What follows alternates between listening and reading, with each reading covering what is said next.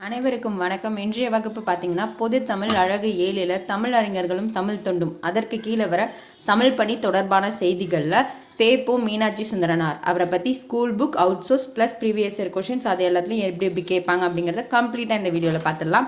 Okay, வாங்க கிளாஸ்க்குள்ளே போயிடலாம். Already நம்ம சேனலில் வீடியோஸ்னு பார்த்தீங்கன்னா இலக்கணம் டாப்பிக்கில் நிறைய டாபிக்ஸ் நம்ம கவர் பண்ணியிருப்போம். அது இல்லாமல் ஃபஸ்ட்டு இலக்கிய டாப்பிக்கை முடிச்சுட்டு அதுக்கப்புறம் இலக்கணம் நிறைய நம்ம சால்வ் பண்ணலான்னு ஒரு பிளான் பண்ணிட்டு தான் இலக்கியத்துக்குள்ளே வந்திருக்கோம். அதில் ஃபஸ்ட்டு தலைவரான உவே சுவாமிநாத ஐயர் இதை பற்றின வீடியோ நம்ம கிளியராக ஒரு 40+ பாயிண்ட்ஸ் வந்து அதில் இருக்கும். ஸோ அது கண்டிப்பாக யூஸ்ஃபுல்லாக இருக்கும். அதோட வீடியோ லிங்க் டிஸ்கிரிப்ஷனில் இருக்குது. அது இல்லாமல் பொது தமிழ்னு ஒரு பிளேலிஸ்ட் இருக்கும். அதுக்குள்ளே நம்ம போட்ட எல்லா அதாவது தமிழ் போர்ஷனில் இருக்கிற சிலபஸில் இருக்கிற மேக்ஸிமம் கொஞ்சம் கவர் பண்ணியிருப்போம். ஸோ அந்த வீடியோஸையும் நீங்கள் பாருங்கள், யூஸ்ஃபுல்லாக இருக்கும். வாங்க கிளாஸ்க்கு போயிடலாம். ஓகே, தேப்போ மீனாட்சி சுந்தரனார் அவர்களை பற்றி பார்க்கலாம். என்னடா கிளாஸ் ஆரம்பித்ததுமே சொல்கிறேன்னு நினைக்காதீங்க. ஸ்கூல் புக்ஸில் இவரை பற்றி கிளியராக தனியாக டாபிக்ஸ் அப்படின்னு இல்லை, எங்கேயாவது ஒரு சில இடங்களில் கொஞ்சம் கொஞ்சமாக கொடுத்துருக்காங்க இல்லையா. ஸோ அதுவும் ப்ளஸ் மேக்ஸிமம் அவுட் சோர்ஸ்லேருந்து உள்ளது அண்ட் கவர்மெண்ட் மெட்டீரியல்ஸ் நம்மளுக்கு ப்ரொவைட் பண்ணியிருப்பாங்களே இதுக்கு முன்னாடிலாம், அதிலலாம் இருந்தது. அந்த கான்செப்ட்ஸ்லேருந்து தான் வருது. இவரோட தமிழ் பணி அப்படின்னா இவர் ஒர்க் பண்ணார் இல்லையா, அதாவது தமிழ் ஆசிரியராக பேராசிரியராக அதுமாதிரி ஒர்க் பண்ணியிருப்பார். அந்த கான்செப்ட்லேருந்து கொஷின்ஸ் கேட்கப்படுது. அது இல்லாமல் இவர் வந்து என்னென்ன புக்ஸ் எழுதியிருக்காரு, என்னென்ன நூல்கள் எழுதியிருக்காரு, அது மாதிரியான கேள்விகள் கேட்கப்படுது. ஸோ மேக்ஸிமம் நீங்கள் இதில் மட்டும் ஃபோக்கஸ் பண்ணிங்கன்னா போதும். அதேமாரி இன்னொரு விஷயம், இவரை பற்றி ஃபுல்லாக அந்த ஒரு 50+ பாயிண்ட்ஸ் 50 தகவல்கள் நம்ம கொடுத்துருப்போம். அந்த 50 தகவல்களுமே எப்படி இருக்குன்னா கொஞ்சம் கான்செப்ட் வைஸ் நம்ம புரிஞ்சு படிக்கிற மாதிரி தான் இருக்கும். எதுவுமே கதையாக இருக்காது, கான்செப்டாக இருக்காது. ஓகே, எல்லாமே நம்ம கொஞ்சம் படிக்கிற மாதிரி தான் இருக்கும். ஸோ கொஞ்சம் ரிஸ்க் எடுத்துக்கோங்க. ஓகேயா? ஓகே, ஈஸியாக ஆனால் இருக்கும், கொஞ்சம் தெரிஞ்சு ஞாபகம் வச்சுக்கிற மாதிரி இருக்கும் நிறையா கான்செப்ட்ஸ். ஓகே, ஃபஸ்ட்டு பார்த்தீங்கன்னா இவரோட பேர் என்ன, தேப்போ மீனாட்சி சுந்தரனார். இவரோட காலம் பார்த்தீங்கன்னா 1901 to 1980. அதாவது எப்போ பிறந்தாருன்னு பார்த்தீங்கன்னா ஜனவரி 8, 1901 அன்னைக்கு சிந்தாரிப்பேட்டை அப்படிங்கிற ஏரியாவில் சென்னையில் பிறந்திருக்காரு. இவரோட புனைப்பெயர், இவர் வந்து நம்ம எப்படி கூப்பிட்றாங்க, தேப்போ மீ அப்படின்னு சொல்லி இவருக்கு ஒரு நிக் நேம் அப்படின்னு சொல்லலாம் இல்லையா. ஸோ புனைப்பெயர் என்ன, தேப்போ மீ. இவரோட பெற்றோர் பார்த்தீங்கன்னா பொன்னுசாமி கிராமணி அம்மாள். அடுத்து காந்திய கொள்கையில் மிகுந்த ஈடுபாடு கொண்டதுனால இவர் இந்திய விடுதலை போராட்டத்தில் அப்போ உப்பு சத்தியாகிரகத்திலையும் வெள்ளையனை வெளியேறு அப்படிங்கிற ஒரு 2 போராட்டங்கள் நடந்துச்சு இல்லையா, அந்த 2 இயக்கத்திலையும் பங்கேற்றதுனால இவர் சிறை சென்றார். ஓகேயா? 1920 BA, 1922 BL, 1924 MA department of வரலாறு, இது எல்லாத்துலேயும் பட்டம் வாங்கிட்டார், ஒவ்வொரு டிகிரி. ஓகே, மேலும் MOL அப்படிங்கிற ஒரு பட்டமும் பெற்றார். இது வந்து இவரோட கல்வி. ஓகே, இவரோட கல்வியை பற்றின டீட்டெயில்ஸ். அடுத்து பார்த்தீங்கன்னா தமிழ் வித்வான் தேர்வுக்குரிய முன்னிலை தேர்வு, தமிழ் வித்வான் அப்படிங்கிற தேர்வுக்குரிய முன்னிலை தேர்வுலையும் இறுதி தேர்வுலையும் 2யுமே ஒரு சேர எழுதி மாநிலத்தின் முதல் நிலையில் வெற்றி பெற்றார். ஸ்டேட் ஃபஸ்ட்டு வந்திருக்காரு. எதில், தமிழ் வித்வான் தேர்வில் முன்னிலை தேர்வு இறுதி தேர்வு 2த்தையும் ஒரு சேர எழுதி வெற்றி பெற்றிருக்கார். ஓகே, நாட்டு விடுதலைக்காக போராடி இவர் சிறைக்கு சென்ற ஆண்டு எது அப்படின்னு கேட்டாங்கன்னா 1944 சிறை சென்றார். அடுத்து 1914 ஹரிஜனங்கள் அப்படிங்கிறவங்களுக்கு வந்து இரவு பள்ளிக்கூடம் நடத்தினார். இரவு பள்ளிக்கூடம் கட்டி கொடுத்து நடத்தியிருக்காரு. 1923 சென்னை உயர்நீதிமன்ற வழக்கறிஞரானார். 1925 அலுமினிய தொழிலாளர் சங்கத்தோட தலைவராக இருந்திருக்கார். இதெல்லாம் இவரோட பணிகள், வேலைகளை பற்றி. 1936 வேதாந்த சங்க தலைவர். 1944 பாண்டிச்சேரி பள்ளியை நிறுவினார். 1944 46 முடிக்கும் அண்ணாமலை பல்கலைக்கழகத்தோட தமிழ் பேராசிரியராக இருந்திருக்காரு. இதில் ரொம்ப முக்கியமாக நம்ம தமிழ் சம்மந்தப்பட்டதில் உள்ள வேலைகளை ரொம்ப டீப்பாக ஞாபகம் வச்சுக்கோங்க. மீதியெல்லாம் வந்து கொஞ்சம் தெரிஞ்சுக்கோங்க. ஏன்னா இவரை பற்றின கான்செப்ட்ஸ் வந்து புக்ஸில் கம்மியாக இருக்கிறதுனால எப்படி கேள்வி கேட்பாங்கன்னு தெரியாது இல்லையா. அதனால கொஞ்சம் இவரை பற்றின இம்பார்ட்டன்ட் டீட்டெயில்ஸும் கொஞ்சம் தெரிஞ்சுக்கிறது நல்லது தான். ஓகே, அடுத்தது 1958 வந்து துறை தலைவராக ஆயிட்டார். ஓகே, இந்த பேஜில் உள்ள பாயிண்ட்ஸ் எல்லாமே இம்பார்ட்டண்டான பாயிண்ட்ஸ், நல்லா டீப்பாக பார்த்துக்கோங்க. அது மொழியியல் துறை அப்படின்னு இருந்ததை மொழியியல் ஊராய்வு மையமாக மாற்றினார். அது வந்து ஒரு துறையாக மட்டும் இருந்ததை ஒரு மையமாக மாற்றிருக்காரு. ஸோ இங்கிலீஷில் சொன்னால் centre of advanced study in linguistics அப்படிங்கிற ஒரு துறையை மையமாக மாற்றிருக்கார். எதை, மொழியியல் துறையை. 1961 சிகாகோ பல்கலைக்கழகம் இருக்கு இல்லையா, ஃபஸ்ட்டு தமிழ் கல்வி அப்படிங்கிற அது தமிழ் கல்வி சொல்லிக் கொடுக்குறது வந்து அவங்க அந்த சிக்காகோ பல்கலைக்கழகத்தில் தொடங்கிய போது அங்கு தமிழ் பேராசிரியராக பணியாற்றியிருக்காரு. எப்போ? 1961. 1967 மதுரை பல்கலைக்கழகத்தில் தமிழாசிரியராக பணியாற்றியிருக்காரு. 1976 இலங்கை பல்கலைக்கழகத்தில் 1973 to 74 திருவேங்கடம் பல்கலைக்கழகத்தில் திராவிட மொழியன் சிறப்பாய்வாளராக பணியாற்றிருக்கார். ஒரு மொழி ஆராய்ச்சியாளர் மாதிரின்னு இருந்திருக்காருன்னு வச்சுக்கலாம். ஓகே, அது எப்போ? 1973 to 74 எங்கள் திருவேங்கடன் பல்கலைக்கழகத்தில். ஓகே, அடுத்து 1975 அண்ணாமலை பல்கலைக்கழகத்தில் டிலிட் பட்டம் அளித்துள்ளது. டி டாக்டரேட் ஆஃப் லிட்ரேச்சர்னு சொல்லுவோம் இல்லையா? ஸோ அதை வந்து அண்ணாமலை பல்கலைக்கழகம் 1975 இவருக்கு கொடுத்துருக்காங்க. 1977 பத்மபூஷன் விருதும் 1978 கலைமாமணி பட்டமும் பெற்றிருக்காரு. ஸோ முக்கியமான ஆண்டுகள் இந்த பேஜில் இருக்கிற எல்லா பாயிண்ட்டுமே முக்கியமாக இருக்கும், நல்லா கவனித்து படிச்சுக்கோங்க. ஓகே, அடுத்து அனைத்து இந்திய பல்கலைக்கழக தமிழாசிரியர் மன்றத்தை தொடங்கினார். ஓகே, தமிழ் மொழியியல் கழக முதல் தலைவராகவும் அவரோட கடைசி காலம் முடிக்கும் அவர் தான் இறுதி காலம் வரைக்கும் தலைவராக இருந்தார். எதில்? தமிழ் மொழியியல் கழகம் அப்படிங்கிறதோட ஃபஸ்ட்டு தலைவரும் அவர் தான். அவர் உயிரோடு இருந்த வரைக்கும் கடைசி தலைவரும் அவர் தான். ஓகேயா? இந்த பேஜ் ரொம்ப இம்பார்ட்டண்டான பேஜ். இவருக்கு தமிழ், ஆங்கிலம், தெலுங்கு, கன்னடம், மலையாளம், ஹிந்தி, சமஸ்கிருதம், ஃப்ரெஞ்சு, ஜெர்மன் உள்ளிட்ட பன்மொழிகளில் புலமை பெற்றவர். சமஸ்கிருதம் ஸ்பெல்லிங் தப்பு, சாரி, நீங்கள் சேஞ்ச் பண்ணிக்கோங்க. ஓகே, அடுத்தது பெல்லாரி சிறையில் அவர் இருந்தப்போ கூட விநாயகா ராவ் அப்படிங்கிற ஒருத்தவர்கிட்ட ஹிந்தி கற்றுக்கிட்டாரு. ஸோ அந்தளவுக்கு சிறையில் இருந்தால் கூட அவர் மொழி கற்றுக்கணும் அப்படிங்கிற ஒரு ஆர்வம் இருந்தவர். மொழியியலில் அவ்வளோ இன்ட்ரெஸ்டாக இருந்தவர். ஸோ பெல்லாரி சிறையில் இருந்தபோது விநாயகா ராவ் என்பவரிடம் ஹிந்தி மொழியை கற்றுக்கொண்டார். அடுத்து அண்ணாமலை பல்கலைக்கழகத்தில் தமிழ் துறை தலைவராகவும் பேராசிரியராகவும் பணியாற்றி பல ஆய்வாளர்களை உருவாக்கியுள்ளார். ஓகேயா? அடுத்து மதுரை காமராசர் பல்கலைக்கழகத்தின் முதல் துணைவேந்தராக பணியாற்றிய பெருமைக்குரியவர் யார்? மதுரை காமராசர் பல்கலைக்கழகத்தோட முதல் துணைவேந்தர் யாருன்னு கேட்டாங்கன்னா யார்? இவர் தான். ஓகே, ஸோ அந்த பெருமைக்குரியவர் தேப்போம் மீ.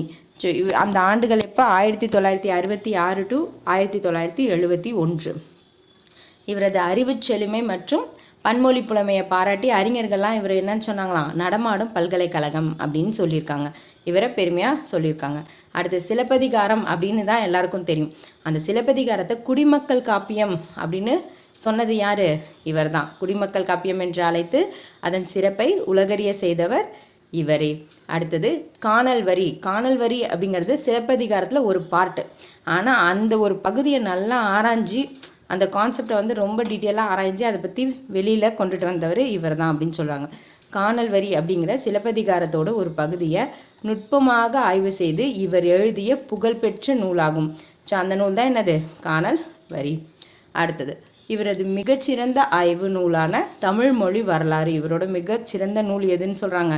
தமிழ் மொழி வரலாறு, A history of Tamil language அப்படிங்கிற நூல் தான் இவரோட மிகச்சிறந்த நூல். எதுன்னு கேட்டால் ஆக்சுவலாக இந்த கோடிங் பாயிண்ட் ஞாபகம் வச்சுக்கோங்க.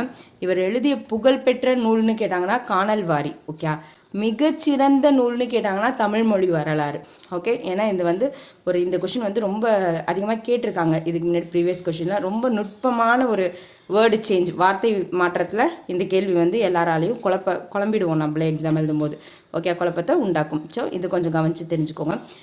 அதான் இந்த தமிழ் மொழி வரலாறுங்கிறது மொழியியல் அறிஞர்களால் பெரிதும் மதிக்கப்படுகிறது அப்படின்னு சொல்கிறாங்க. ஓகே, அடுத்து வள்ளுவர் கண்ட நாடும் காமமும் சமயமும் சமய தலைவர்களும் அப்படிங்கிறது இவரோட மற்ற குறிப்பிடத்தக்க படைப்புகள்.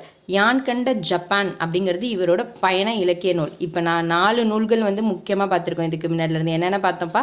புகழ்பெற்ற நூல்னா காணல் வரி.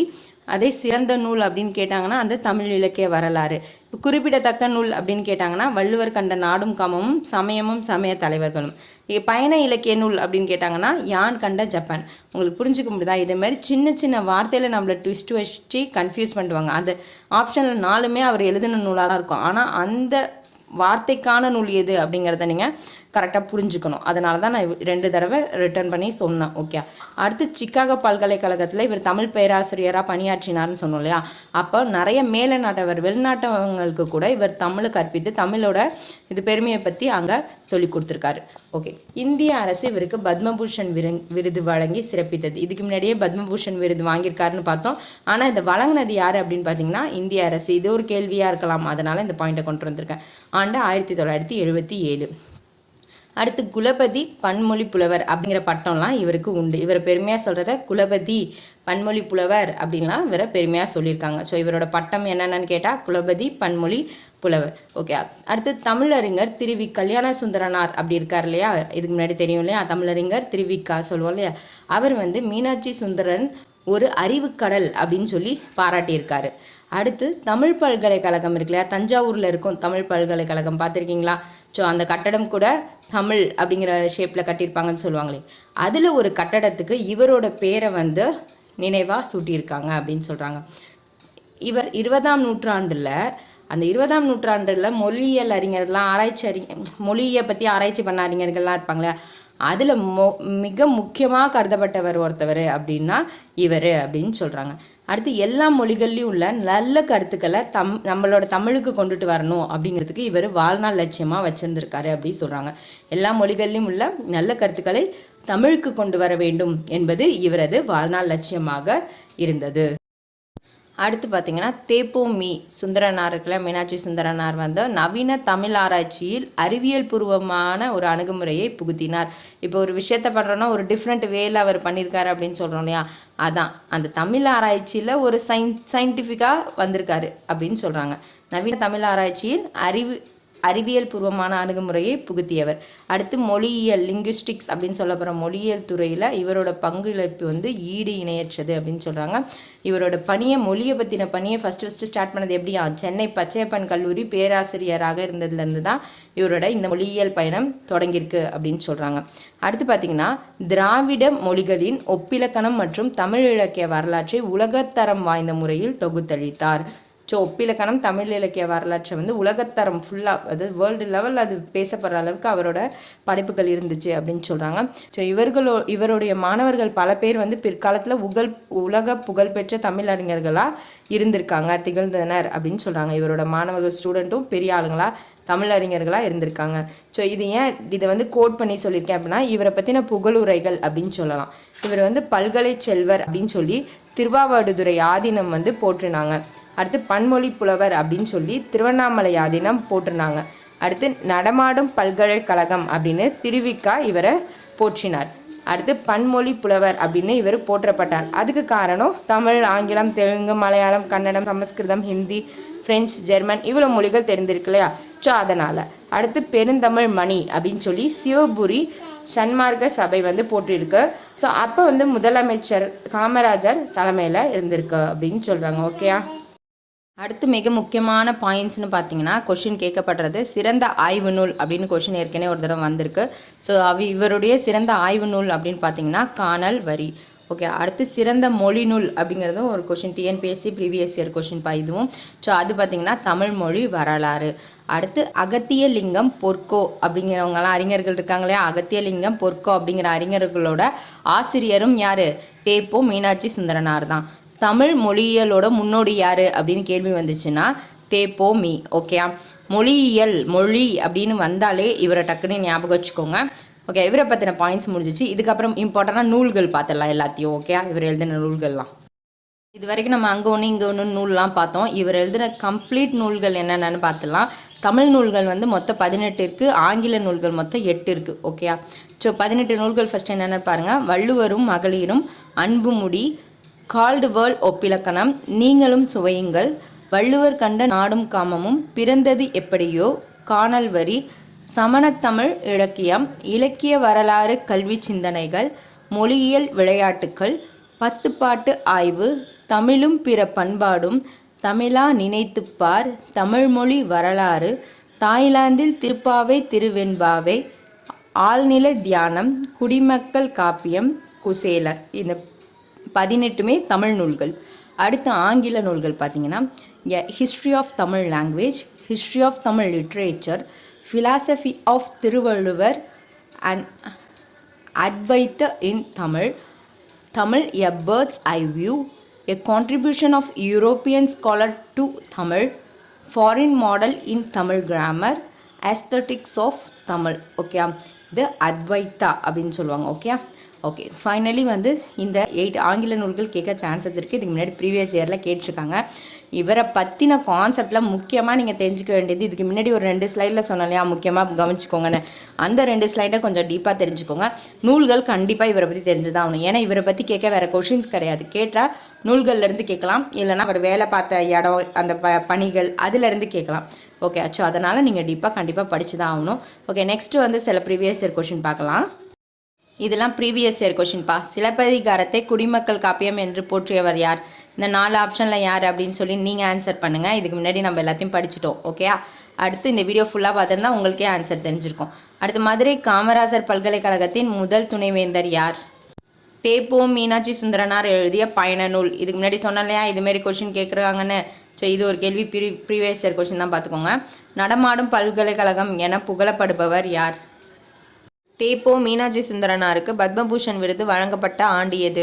இப்போ ஒரு 5 கொஷின், இந்த 5மே ப்ரீவியஸ் இயர் கொஷின் தான். இதோட ஆன்சர்ஸ் உங்களுக்கு தெரிஞ்சால் நீங்கள் வேணால் கமெண்ட் பண்ணுங்கள். ஓகே, இதுக்கு முன்னாடி நீங்கள் வீடியோஸ் பார்த்துருந்தீங்கன்னா அதிலே இருக்கும் ஆன்சர்ஸ். ஓகே, ஸோ இது வந்து உங்களுக்கு ரிவைஸ் பண்ணுறதுக்காக தான். நான் கண்டிப்பாக வந்து கொஞ்சம் வீடியோஸ் எல்லாமே நான் ஃபுல்லாக அவுட் சோர்ஸ் எல்லாத்தையும் ஆரஞ்சு டாபிக்ஸ் எல்லாத்தையும் கவர் பண்ணுறதுனால கொஞ்சம் வீடியோஸ் வரத்துக்கு லேட் ஆகுது. மேக்ஸிமம் நான் எல்லாத்தையும் கவர் பண்ணிடுறேன். அண்ட் சண்டேயில் வந்து ஏதாவது ஒரு இலக்கண டாபிக்ஸ் வந்து டெஸ்ட் மாதிரி கண்டக்ட் பண்ணலாம் அப்படிங்கிற ஒரு பிளான் இருக்குது. ஸோ நீங்கள் சப்ஸ்கிரைப் பண்ணி எனக்கு சப்போர்ட் பண்ணால் தான் எனக்கும் வீடியோஸ் வந்து நிறைய போஸ்ட் பண்ணுறதுக்கு ஒரு இன்ட்ரெஸ்ட் வரும். எனிவே தேங்க்யூ ஃபார் வாட்சிங்ப்பா. ப்ளேலிஸ்ட்டை கண்டிப்பாக பாருங்கள், கண்டிப்பாக யூஸ்ஃபுல்லாக இருக்கும். நம்ம எல்லாமே வந்து ஒரு பாயிண்ட்ஸ் கூட விடாமல் நான் எல்லாத்தையும் உங்களுக்காக கொண்டுட்டு வந்திருக்கேன். ஸோ இது யாராவது ஒருத்தவங்களுக்காவது யூஸ்ஃபுல்லாக இருக்கும் அப்படிங்கிறதுக்காக நம்ம எடுத்த எஃபோர்ட் தான். ஓகே தேங்க்யூப்பா.